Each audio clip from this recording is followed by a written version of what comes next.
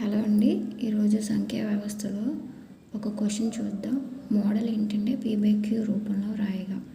ఇక్కడ మనకి 1.96 బార్ కింద ఇచ్చారు కదా. ఫస్ట్ మనం ఏం చేయాలంటే ఈ బార్లో మనకి ఎన్ని నెంబర్స్ ఉన్నాయి? 2 నెంబర్స్ ఉన్నాయి.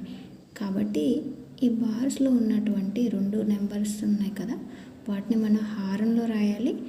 2 నెంబర్స్ ఉన్నాయి కాబట్టి హారంలో మనం 299 రాసుకోవాలి. ఓకే, మొత్తం ఇక్కడ 11లో మనం ఏం చేయాలి అంటే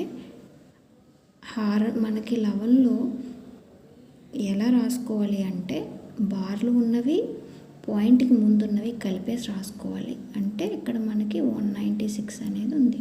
ఓకే, తర్వాత ఇక్కడ -1 అనేది తీసేయాలన్నమాట. అంటే 195/99 అనేది ఆన్సర్ అన్నమాట. మరి ఇక్కడ ఆప్షన్స్లో ఏమన్నా ఉందా? లేదు కదా. ఇప్పుడు ఆన్సర్ ఏమొస్తుంది మనకు? అప్పుడు నన్ ఆఫ్ ద ఎబోవ్ వస్తుంది.